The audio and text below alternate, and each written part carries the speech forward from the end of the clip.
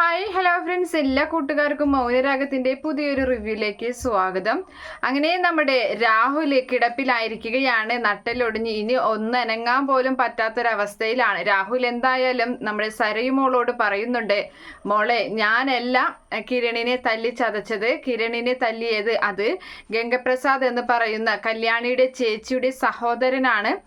പിന്നെ ഞാൻ കിടപ്പിലായാലും അവനെ കിരണിനെയും അവരെ വീട്ടുകാരെയും ഒന്നും അവൻ വെറുതെ വിടാനൊന്നും പോകുന്നില്ല. അതുകൊണ്ട് ഞാൻ കിടപ്പിലായെന്ന് വിചാരിച്ച് ആരും ആശ്വസിക്കുകയും വേണ്ട എന്നൊക്കെ ഇങ്ങനെ പറയുമ്പോൾ സരയുന് അത് നല്ല സന്തോഷാവുകയാണ്. എന്തായാലും നമ്മുടെ ഗംഗപ്രസാദും അതുപോലെ തന്നെ മനോഹറും അവർ രണ്ടുപേരും നല്ല സുഹൃത്തുക്കളാണ്. അവർക്ക് മുന്നേ തന്നെ പരിചയമുണ്ട് ചെന്നൈയിൽ വെച്ചിട്ട്. മനോഹർ എന്താണ് ചെയ്യുന്നത് എന്നുള്ള കാര്യങ്ങളെല്ലാം തന്നെ നമ്മുടെ ഗംഗപ്രസാദിനറിയാം. അതുപോലെ ഗംഗപ്രസാദ് ഒരു വലിയ ഗുണ്ടയാണെന്നും അവൻ ജയിലിൽ നിന്ന് ഇറങ്ങിയതാണെന്നുമുള്ള കാര്യം നമ്മുടെ മനോഹരനും അറിയാം. അങ്ങനെ ഇരിക്കുന്ന സമയത്ത് സരയു ആണെങ്കിൽ എല്ലാ കാര്യങ്ങളും മനുവേട്ടനോട് തുറന്നു പറയുമല്ലോ. അതുകൊണ്ട് തന്നെ മനുവേട്ടനോട് തുറന്നു പറയുകയാണ്, ആ അപ്പുറത്തെ വീട്ടിലെ കിരണിനെ കിടത്തിയത് അത് എൻ്റെ അച്ഛനൊന്നുമല്ല, അതിൻ്റെ പുറകിൽ വേറെ ആളുണ്ട് എന്ന് പറയാണ്. അപ്പം ആരാണ് എന്ന് നമ്മുടെ മനോഹർ ചോദിക്കുന്നുണ്ട്.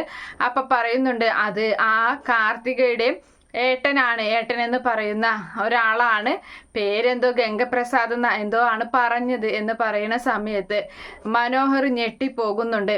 അപ്പോഴും മനോഹറിന് കാര്യങ്ങൾ മനസ്സിലാവുകയാണ്. ഗംഗപ്രസാദിനെ മുന്നേ അറിയാലോ, അതുകൊണ്ട് തന്നെ ഇതിൻ്റെ പിറകിൽ അവനാണെന്നുള്ള സത്യം മനസ്സിലാക്കുകയും ചെയ്യുന്നുണ്ട്.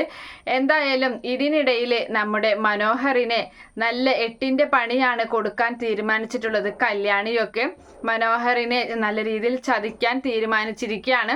പിന്നെ തന്നെയല്ല, കിരണിന് കിടപ്പായതുകൊണ്ട് തന്നെ വെളിച്ചത്ത് അവൻ അധികം പുറത്തിറങ്ങി നടക്കാൻ പറ്റില്ലല്ലോ. മറ്റുള്ളവർ അറിയുമല്ലോ ഇവൻ അസുഖമൊന്നുമില്ല എന്ന സത്യം.